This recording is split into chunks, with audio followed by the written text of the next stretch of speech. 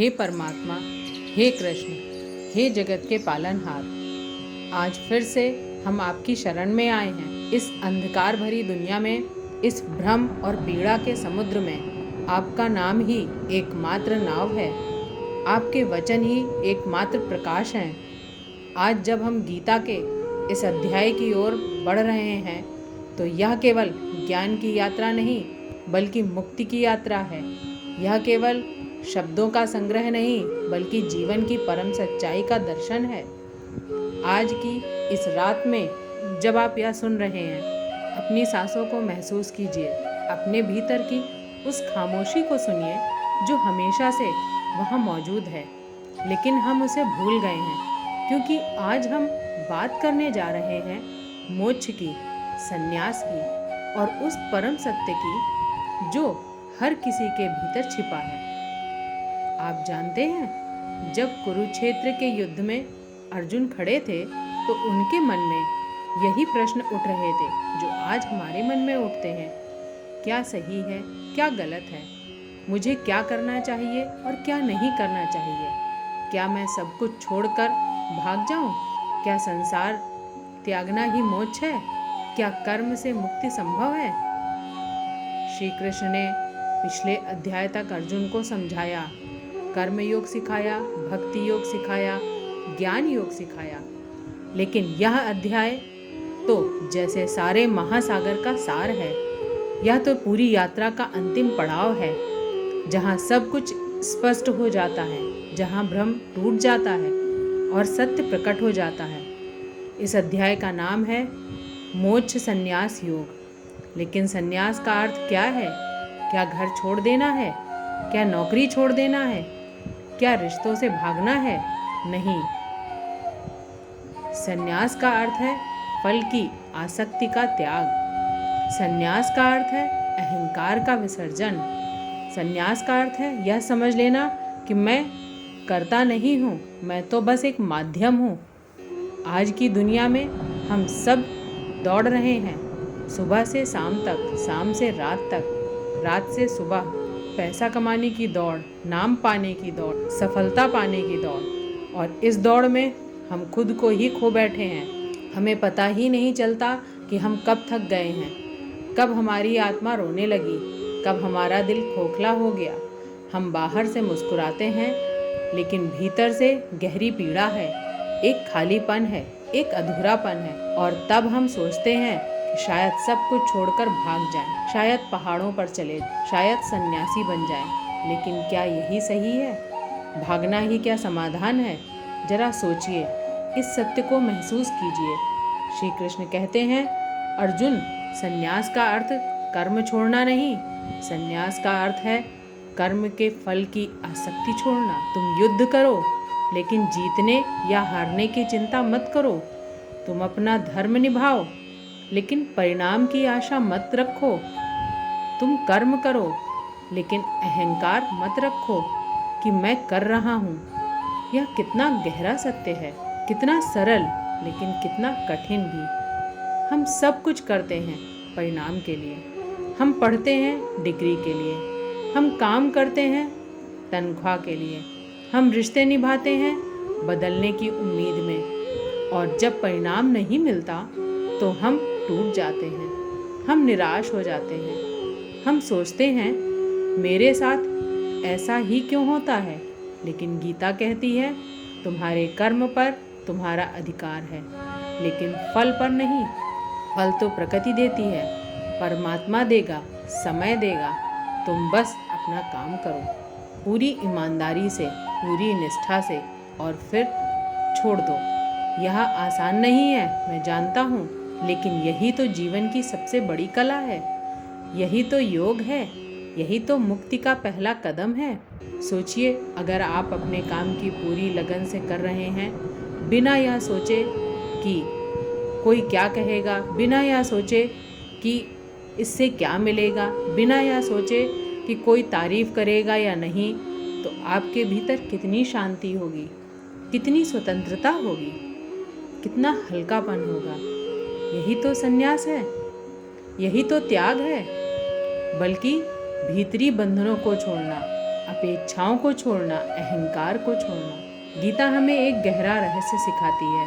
श्री कृष्ण कहते हैं, हे अर्जुन, इस संसार में 3 प्रकार के त्याग हैं। एक है तामसिक त्याग, जब कोई व्यक्ति आलस्य या भय के कारण अपने कर्तव्य को छोड़ देता है। दूसरा राजसिक त्याग, जब कोई व्यक्ति कष्ट या दुख से डर के अपने कर्तव्य को छोड़ देता है। और तीसरा है सात्विक त्याग, जब कोई व्यक्ति अपने कर्तव्य को पूरी निष्ठा से निभाता है लेकिन फल की आसक्ति को त्याग देता है। आप देखिए यह कितना स्पष्ट है। आपको काम करने का मन नहीं करता, यह तामसिक त्याग है। यह मोक्ष नहीं है, यह भ्रम है। आप अपने रिश्तों से भाग जाते हैं क्योंकि वे कठिन हैं, तो यह राजसिक त्याग है। यह मुक्ति नहीं, कायरता है। लेकिन अगर आप अपने रिश्तों को निभाते हैं, अपनी जिम्मेदारियां निभाते हैं, अपना काम करते हैं, लेकिन भीतर से यह जानते हैं कि मैं सिर्फ अपना धर्म निभा रहा हूँ, मैं सिर्फ अपना कर्तव्य पूरा कर रहा हूँ और परिणाम जो भी हो मैं उसे स्वीकार करूँगा, तो यह सात्विक त्याग है। यह सच्चा संन्यास है और यही वह संन्यास है जो आपको मुक्ति की ओर ले जाता है। आप जानते हैं जीवन में सबसे बड़ा बोझ क्या है? अपेक्षाओं का बोझ। हम उम्मीद करते हैं कि हमारे बच्चे हमारे सपने पूरे करेंगे। हम उम्मीद करते हैं कि हमारा साथी हमें पूरी तरह समझेगा। हम उम्मीद करते हैं कि हमारी मेहनत का फल तुरंत मिलेगा, और जब ऐसा नहीं होता तो हम दुखी हो जाते हैं, हम गुस्सा हो जाते हैं, हम टूट जाते हैं। लेकिन अगर हम अपनी जिम्मेदारियां निभाएं बिना अपेक्षा के, तो कितना सुंदर होगा, कितना शांत होगा, कितना मुक्त होगा। यही तो गीता का संदेश है, यही तो कृष्ण की वाणी का सार है। अब कुछ पल मौन रहने दीजिए, अपने भीतर झांकिए। क्या आप भी अपेक्षाओं के बोझ तले दबे हुए हैं? क्या आप भी परिणाम की चिंता में अपने वर्तमान को खो रहे हैं? आगे बढ़ते हैं और समझते हैं कि गीता हमें कर्म के बारे में क्या सिखाती है। कृष्ण कहते हैं, हे अर्जुन, इस संसार में कोई भी कर्म पूर्णतः शुद्ध नहीं होता। हर कर्म में कुछ ना कुछ दोष होता है, हर आग में धुआं होता है। लेकिन इसका अर्थ यह नहीं कि तुम कर्म करना छोड़ दो। इसका अर्थ यह है कि तुम कर्म को समझदारी से करो, तुम कर्म को योग बनाओ। कितना गहरा है यह सत्य। हम सोचते हैं कि हम हमेशा सही निर्णय लेंगे, हम सोचते हैं कि हमारे हर कदम सही उठेंगे, लेकिन ऐसा नहीं होता।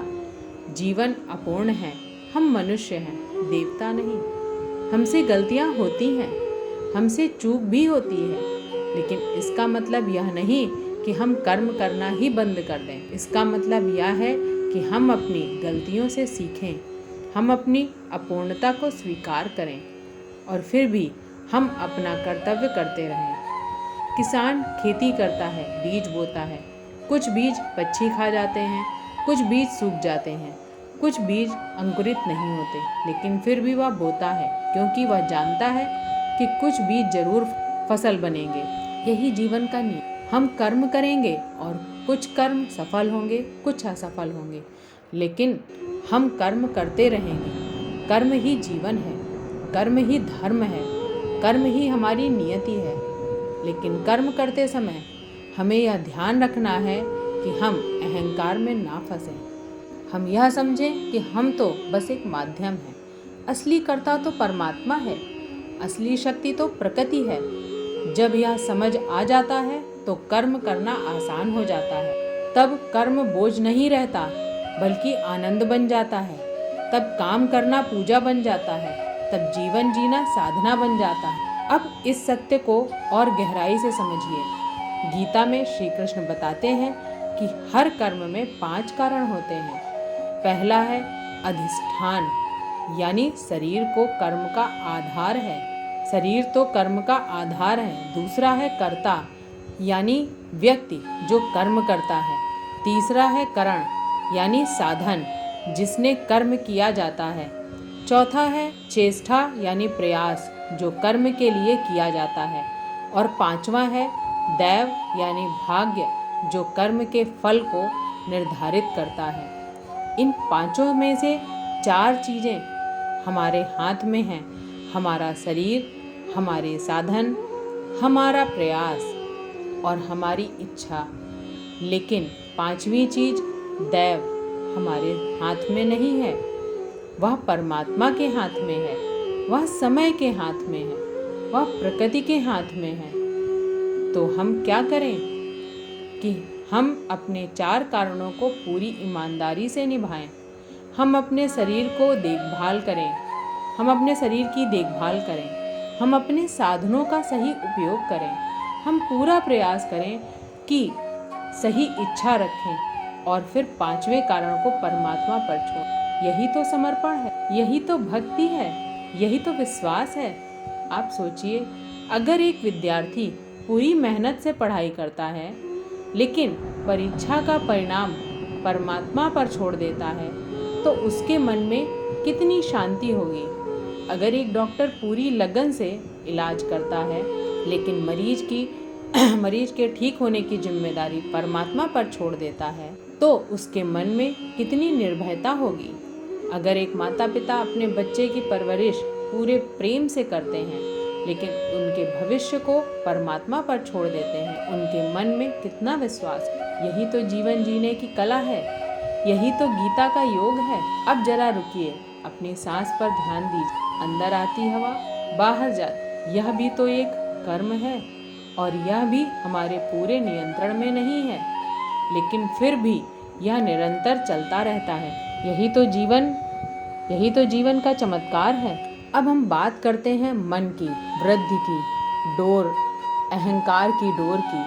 श्री कृष्ण कहते हैं, हे अर्जुन, इस संसार में 3 प्रकार का ज्ञान है, 3 प्रकार का कर्म है और 3 प्रकार का कर्ता है, सात्विक, राजसिक और तामसिक। सात्विक ज्ञान वह है जो सब में एक ही परमात्मा को देखता है, जो समझता है कि हर प्राणी में वही एक चेतना विराजमान है, जो भेद नहीं करता बल्कि एकता देखता है।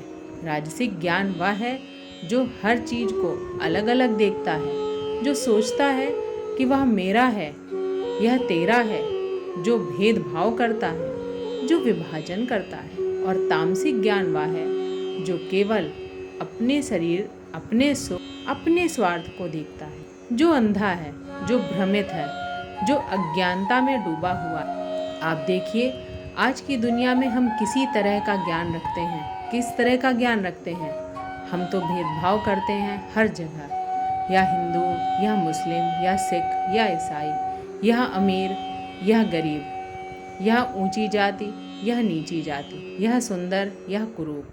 लेकिन गीता कहती है यह सब माया है, यह सब भ्रम है। असली सत्य यह है कि हम सब एक परमात्मा की संतान हैं, हम सब एक ही ऊर्जा के अंश हैं, हम सब एक ही चेतना से जुड़े हुए हैं। जब यह हमें समझ आ जाती है तो नफरत खत्म हो जाती है, ईर्ष्या भी खत्म हो जाती है, प्रतिस्पर्धा खत्म हो जाती है और उसकी जगह प्रेम आ जाता है, करुणा आ जाती है, एकता आ जाती है। यही तो सात्विक ज्ञान है, यही तो सच्चा ज्ञान है। इसी तरह सात्विक कर्म वह है जो बिना द्वेष के केवल कर्तव्य समझकर किया जाता है। राजसिक कर्म वह है जो फल की इच्छा से, अहंकार से या दिखावे के लिए किया जाता है। और तामसिक कर्म वह है जो अज्ञानता में, हिंसा में या दूसरों को नुकसान पहुंचाने के लिए किया जाता है। आप अपने जीवन में देखिए, आप जो कर्म करते हैं वे किस श्रेणी में आते हैं? क्या आप बिना अपेक्षा के काम करते हैं, या आप हमेशा बदले की उम्मीद रखते हैं? क्या आप अपने कर्तव्य को समझते हैं, या आप बस दिखावे के लिए कुछ करते हैं? यह सवाल कठिन है, मैं जानती हूँ, लेकिन यह जरूरी है, क्योंकि जब तक हम खुद को नहीं जानेंगे तब तक हम खुद को बदल नहीं पाएंगे, और जब तक हम खुद को नहीं बदलेंगे तब तक मुक्ति संभव नहीं है। अब इस गहरी बात को समझिए। श्री कृष्ण कहते हैं, हे अर्जुन, जो व्यक्ति अपने स्वभाव के अनुसार कर्म करता है वह सिद्धि को प्राप्त होता है। ब्राह्मण का धर्म अलग है, क्षत्रिय का धर्म अलग है, वैश्य का धर्म अलग है, शूद्र का धर्म अलग है। लेकिन जो भी अपने धर्म को पूरी निष्ठा से निभाता है वह परमात्मा को प्राप्त होता है। बहुत महत्वपूर्ण बात है। गीता जाति व्यवस्था की बात नहीं कर रही है, गीता स्वभाव की बात कर रही है। कुछ लोगों का स्वभाव ज्ञान खोजने का है, कुछ का स्वभाव रक्षा करने का, कुछ का स्वभाव व्यापार करने का और कुछ का स्वभाव सेवा करने का। गीता कहती है जो तुम्हारा स्वभाव है जानो, उसे पहचानो, उसे स्वीकार करो और उसी के अनुसार अपना कर्म करो। तब तुम्हें शांति मिलेगी, तब तुम्हें संतोष मिलेगा, तब तुम्हें सिद्धि मिलेगी। आज की दुनिया में हम अपने स्वभाव को भूल गए हैं। हम वही करते हैं जो समाज कहता है, हम वही बनते हैं जो हमारे माता पिता चाहते हैं, हम वही पढ़ते हैं जो फैशन में है और फिर हम दुखी होते हैं, असंतुष्ट होते हैं, हम खोखले होते हैं क्योंकि हम अपने सच्चे स्वभाव के विरुद्ध जा रहे हैं। हम अपनी आत्मा की आवाज़ को नहीं सुन रहे हैं। गीता कहती है और उसी अपने सच्चे स्वभाव को पहचानो और उसी के अनुसार जीवन जियो। भले ही वह रास्ता कठिन हो, भले ही कोई तुम्हें ना समझे, लेकिन वह रास्ता तुम्हें शांति देगा, वही रास्ता तुम्हें मुक्ति देगा। एक कवि को अगर तुम व्यापारी बनाओगे तो वह सफल नहीं होगा। एक योद्धा को अगर तुम पुजारी बनाओगे तो वह खुश नहीं होगा। हर व्यक्ति का अपना धर्म है, हर व्यक्ति का अपना स्वभाव है और जब हम उस स्वभाव के अनुसार जीते हैं तब जीवन सहज हो जाता है, तब जीवन सुंदर हो जाता है। अब थोड़ा और गहराई में चलते हैं। श्री कृष्ण कहते हैं, हे अर्जुन, जिस परमात्मा से यह सारी सृष्टि उत्पन्न हुई है उसे इस सारे संसार को व्याप्त किया है, उस परमात्मा को अपने कर्म के द्वारा पूजो। कर्म समर्पण भाव से होना चाहिए और जब ऐसा होता है तो जीवन एक यज्ञ बन जाता है, एक समर्पण बन जाता है, एक साधना बन जाता है। कल्पना कीजिए अगर हर व्यक्ति अपने काम को इस तरह से करे तो इस दुनिया में कितनी शांति होगी, कितनी सुंदरता होगी, कितनी पवित्रता होगी। गीता का सबसे महत्वपूर्ण संदेश है जिसमें श्री कृष्ण कहते हैं, हे अर्जुन, सभी धर्मों को छोड़कर केवल मेरी शरण में आ जाओ, मैं तुम्हें सब पापों से मुक्त कर दूंगा, तुम शोक मत करो। गीता का यही सबसे गहरा संदेश है। सभी धर्मों को छोड़कर केवल मुझ में शरण ले लो। गीता यह नहीं कह रही कि तुम अपने कर्तव्य को छोड़ दो, गीता नहीं कह रही है कि तुम अपना धर्म छोड़ दो, गीता यह कह रही है कि तुम अपने अहंकार को छोड़ दो। तुम यह भाव छोड़ दो कि मैं सब कुछ जानता हूँ, कि मैं सब कुछ नियंत्रित कर सकता हूँ और फिर पूरी तरह से समर्पण कर दो। परमात्मा पर विश्वास करो, उसकी इच्छा को स्वीकार करो। यह समर्पण बहुत कठिन है क्योंकि हम नियंत्रण पसंद करते हैं। हम सोचते हैं कि हम सब कुछ संभाल लेंगे, हम सोचते हैं हम सब कुछ समझ लेंगे, हम सोचते हैं कि हमें किसी की ज़रूरत नहीं। लेकिन जब जीवन में तूफान आता है, जब दुख आता है, जब पीड़ा आती है, तब हमें एहसास होता है कि हम कितने असहाय हैं, कितने छोटे हैं, कितने अकेले हैं। और तब हमें समर्पण अगर हमने समर्पण सीख लिया तो हम टूटते नहीं हैं। हम कहते हैं, हे प्रभु, तेरी जो मर्जी, मैं तेरी शरण में हूँ, तू जो करेगा वही अच्छा होगा। और आश्चर्य की बात यह है कि जैसे ही हम समर्पण करते हैं हमारे भीतर एक अद्भुत शक्ति जागती है, एक अद्भुत शांति उतरती है, एक अद्भुत विश्वास पैदा होता है कि हम अब अकेले नहीं हैं, अब परमात्मा हमारे साथ है, अब ब्रह्मांड की पूरी शक्ति हमारे साथ है। यही तो भक्ति है, यही तो समर्पण है, यही तो मुक्ति का द्वार है। आज के वीडियो में बस इतना ही। वीडियो पसंद आई हो तो लाइक करें, शेयर करें, चैनल को सब्सक्राइब करें। जय श्री कृष्णा।